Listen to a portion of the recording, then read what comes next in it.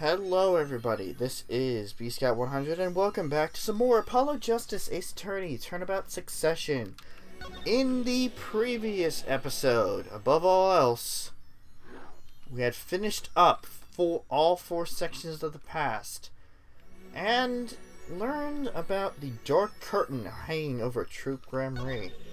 And using that, we're going to pursue our favorite news reporter, Spark Brushel, who we're going to encounter in Drew's studio. At least that's where we're starting today. If you like what you see, leave a like down below, comment if you have anything to say, subscribe to me if you haven't already, and share with your friends so they can join in on this adventure. Now let's move on to Drew's studio. Present day, Drew's studio. Well, what do we have here? Remember me? Of course I remember you. Journalist makes attorney in bar. End quote. Can I ask what you're doing here? Mr. Michelle was poisoned and his daughter's... Oh, yes, I know. Oh, how I know, yes. It caused me no end of grief, to be honest. Journalist wishes he'd tracked down Case just a little quicker. End quote. Were you on the trail of the case the whole time? Zachary Marie was a good friend. Zach said something to that effect back at the Borscht Bowl Club. What a character, what a man. If a little, no. A lot, no. Extremely rough around the edges. You think I could ask you a few questions? Oh, you serious? I mean, I'm usually the interviewer, not the interviewee. Journalists ask questions, not the other way around. End quote. Fine, shoot. I don't care. People have been asking me all sorts of things lately. It was tragic what happened to Drew Misham and his daughter. Forgery is a serious crime, and they paid the price. You know what really did them in, though, don't you? Yes, a forged diary page. The night I interviewed him, I found out something about Mr. Michel I hadn't known. What's that? You know how he always felt like he was being watched? Every day for 7 years. Walls have ears, potatoes have eyes. End quote. Being watched? You mean he felt guilty? No, I'm not talking about feelings here. You know, I felt watched too. The whole time I was out on this case, no less. Journalist gets a tingling sensation on the back of the neck. Freaks out. End quote. Because you felt guilty? Why would I feel guilty? You felt like you were being watched, huh? I wonder what it all means. Drew Misham felt like he was being watched. And you along with him. You sure it wasn't just nerves? Nerves? No. It's nothing so mundane. I stopped paying attention to my nerves a long time ago. But I felt it too. Journalist is sure he's being watched. End quote. Don't you wonder why Zachary Marie got rubbed out after 7 years? Right after coming into contact with me. He completely vanishes from that courtroom. Then for 7 years, touched no one, not a soul. Then, just as the remaining time was almost up, he contacts me in order to have this made. And then he dies. Started putting the pieces together, are we? And you were being watched this whole time? Maybe not just me. Maybe you were too. But me? He's been waiting this whole time. 7 years, eh? Waiting? For his big comeback, of course. A big revival of the magnified miracle. Of course, it was all a dream. Because of this. The performance rights. In the absence of any official documents, he was golden. Who's to say the old man didn't give his rights to both Zach and Valiant? So Valiant waited until Zach died, legally at least. The timing finally comes, and Valiant's like a kid on Christmas morning. He's getting ready for his show at the Sunshine Coliseum, you know. If that document sees the legal light of day, he's going to put a big damper on the big show. He's a sorry one, that Valiant Marie. Lost out to his partner at work, and in love, too. Love? It's the same old story, really. Two disciples and their mentor's only daughter. What is 3 sides and all of them pointing? A love triangle. That is pretty classic. When you're at a performance troupe, that's your world. It's like a family. One with an entire high school worth of drama and intrigue and backstabbing. In the middle of all this, Thalassa is Trucy. And then she dies. I need to find out more about this Thalassa. I met Zach through that case, actually. You mean the shooting of Magnified Grand Marie? No, before that. It's not widely known. You mean the accident? During the quick draw shoot-in practice? My, you're well informed. You should have seen me back then. I dug quite the scoop. I wanted it all. Money, fame, women, a little puppy. All for me. I was younger then and my days and nights smelled of fresher mint than I do now. Valentine Marie did mention one particularly nosy reporter. In fact, I was on close speaking terms with Magnify Grammary at the time. I knew his daughter, too, of course. Thalassa, was it? Really? Then Thalassa disappeared, quite suddenly at that. And Magnify wouldn't say a word about it. Yeah, my evil habit got the better of me. Journalist catches scent of scoop, goes on feeding frenzy. End quote. I set up a one-on-one interview with Thalassa's husband, see? Zach Grammary. Something strange was in the air over Troop Grammari's in those days. The whole screwy mentor controlling his disciples scene started by then, I'm guessing. Thalassa, she was part of it all, right? Come on, you can tell me off the record. Sorry, I don't know. Anyway, I kept prying and eventually became friends with Zach. Sure, he punched me once or twice, or 5 times, but over time he came to see me as his confidant. I see. What do you know about the wife there, Mr. Reporter? Mr. Brushel, do you know this person? Do I know that person? Of course. I was friends with Zach after all. He hit me a few times. 5 times, actually. But still, I never forget his wife. Thalassa Grammary. Magnify Grammari's only daughter. Do you think you could tell me more about her? Well, why the heck not? Well, aren't you being a little cooperative, aren't you?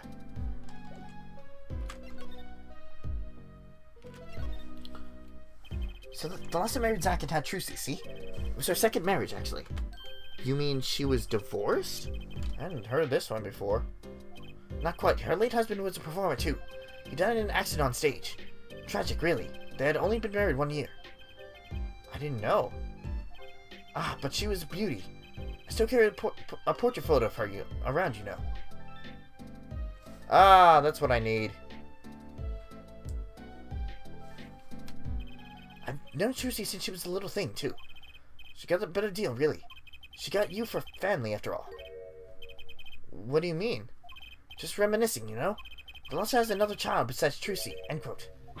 What? But that Trucy said she was the only child. Ah, yes. This one she had with her previous husband. Her previous husband? The first husband who died on stage? Yep, they had themselves a kid. Another orphan now. That's another one who slipped through the cracks. No idea where they are now. Thalassa had another child? Do you think I could borrow that photo? Sure, I could be generous on occasion, you know. I won't need this login anymore. Better return it to Trucy before I forget. People and events all get tangled together and get bigger and bigger. Don't you think? I was too busy wondering about bigger to listen to what you were saying. Sometimes you just gotta accept you won't be able to untangle it all, I think. Maybe so, but still. I have to do what I can. And I have to tell what I find to those who come next. Next, you say? I'm not the one who will close the curtain on this little play.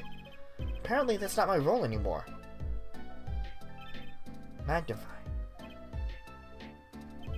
I was just wondering what Magnify would think of all this. What do you mean? Haven't you seen it in Trucy? She's got his power. You mean how I can't lie to Trucy? It was the same with Magnify, and with his daughter, Thalassa. It's a strange thing. You think it's some Grammary gene? Magnify told me once, back when Zach married Thalassa. He said that Zach had good eyes. But not good like a Grammari's eyes. No, not that good. What if Zach ever played a game of poker with his wife? Who knows what the Grammary secret was? Maybe nobody, now that Zach's gone. Zach Grammary. The plot had finally begun to reveal itself. It sprouted from a warp in the Grammary fabric and grew, swallowing everything, wrapping itself around the Grammary's power.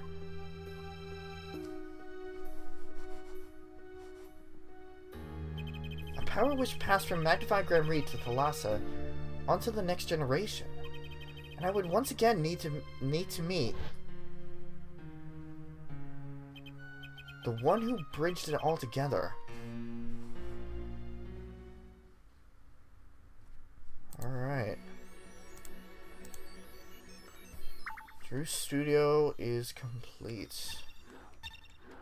And now we have everything we need to break Zach.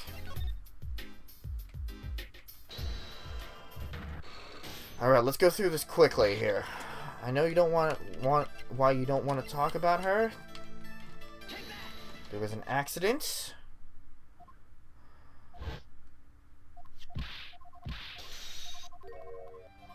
Someone else who had her power. We know who it was. It was Apollo. And we know this because of this missing link or ring, for that matter. Actually, I know something. Your marriage to Thalassa was her second. How did you know this? Her first husband, he died a year after they were wed, yes? He was a performer. They met when he joined us Grand Prix as a guest in our show. After Thalassa wed him, she left the troupe for a while. And you say she had a child then? I have a photograph of her here. I couldn't help but notice what she was wearing when I first saw this. Those bracelets stand out. They're a Grand Prix family heirloom. This boy wears a bracelet just like the one in the picture. What? So, that's why. Why is that, Why what, Mr. Zack? I took this photograph of Thalassa before she left us. When she returned, she wore only one bracelet. But I know where the other one went. She gave it to this boy, her son.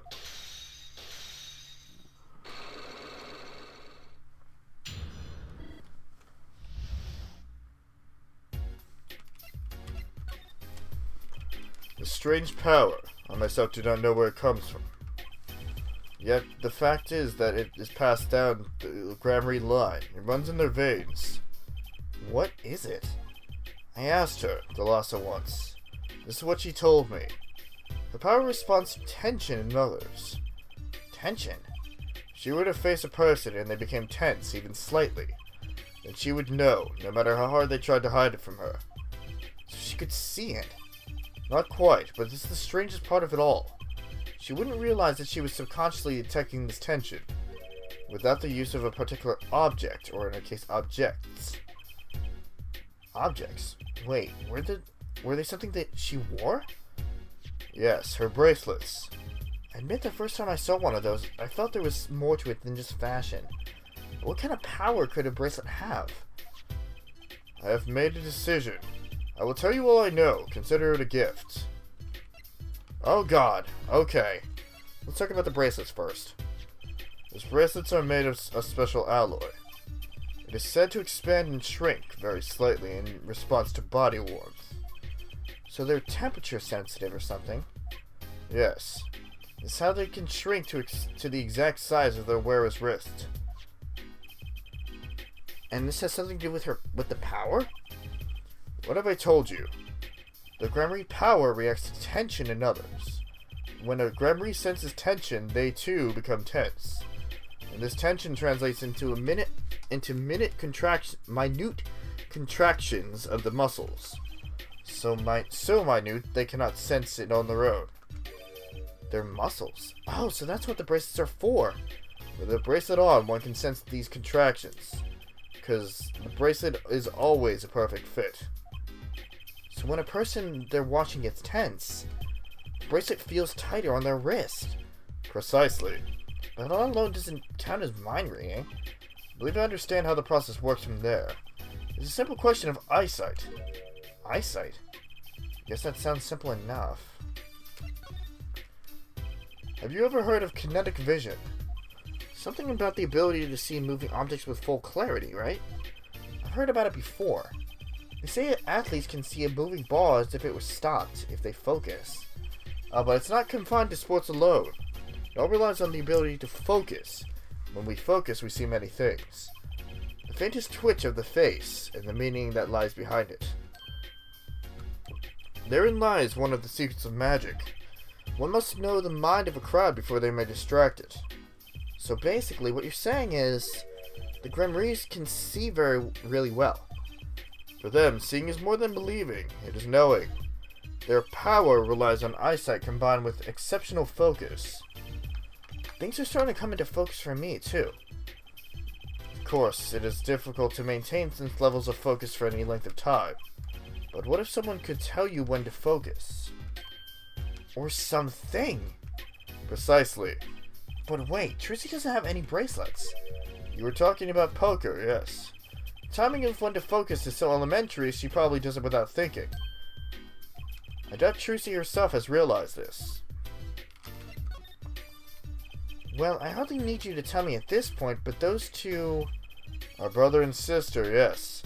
Suzie and Apollo are siblings, so all of the ships out there, including mine, I admit, I was guilty of this, between Suzie and Apollo, are now off the table, because Capcom said, fuck you. Alright. And the brother, too, has this power of theirs. So Suzie has an older brother. I wonder what will come of that. Mr. Wright. Tonight, after our game is done, I will return to a life of hiding. I would not see her live her life without knowing. I understand. I'll tell the two of them when the time is right. I am in your debt, once again. No kidding. What I want to know is how all this got to be so messed up. That is all I know of things Gramarye. Thank you, Mr. Zack. If this boy's bracelet is the real thing, then he will use it before long, thereby awakening his power. I'll keep that in mind. Well, shall we play a game? I've said so much. Let me say one more thing.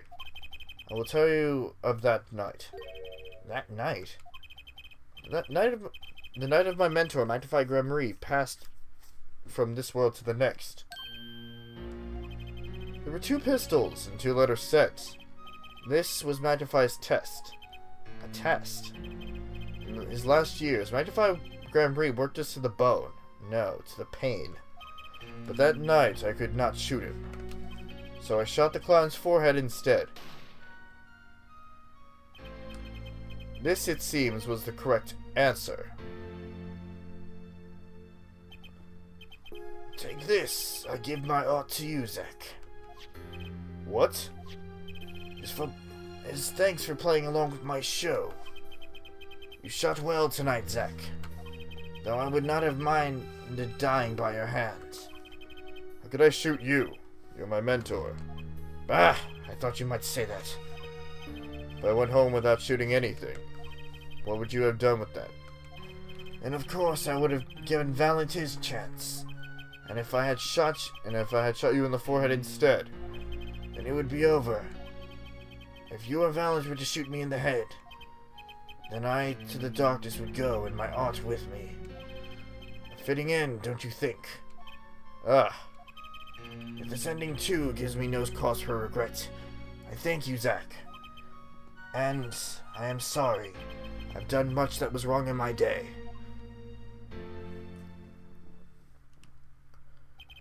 Seems to me that Magnify wanted you to be his successor all along. That's why the time he gave you was earlier than Valent's. Perhaps, but it's not something we will ever know for sure now. I wonder, what is Valent up to these days?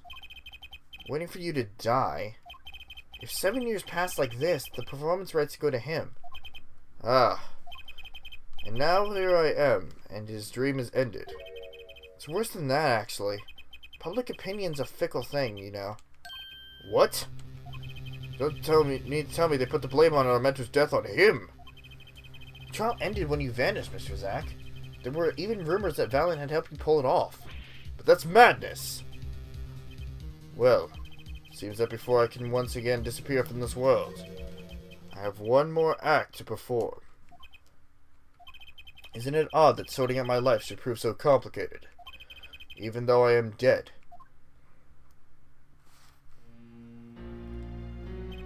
That night, Zack Gramarye was killed.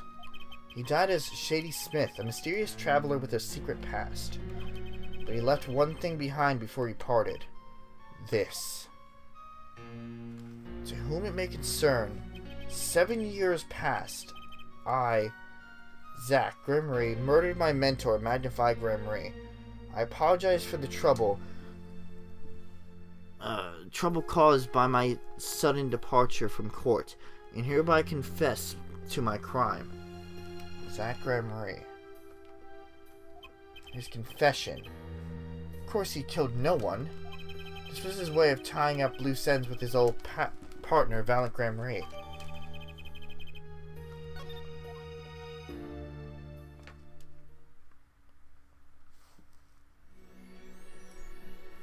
And now, our time at the Borscht Bowl Club is at an end. And our time for this episode is up. In the next episode of Apollo Justice, Ace Attorney, Turnabout Succession, I'm going to do my damnedest to end this investigation. We're going to go to the Sunshine Coliseum, meet up with Valiant, and then back to Solitary Cell 13 to snoop out a little bit more. Thank you guys for watching, and see you guys later.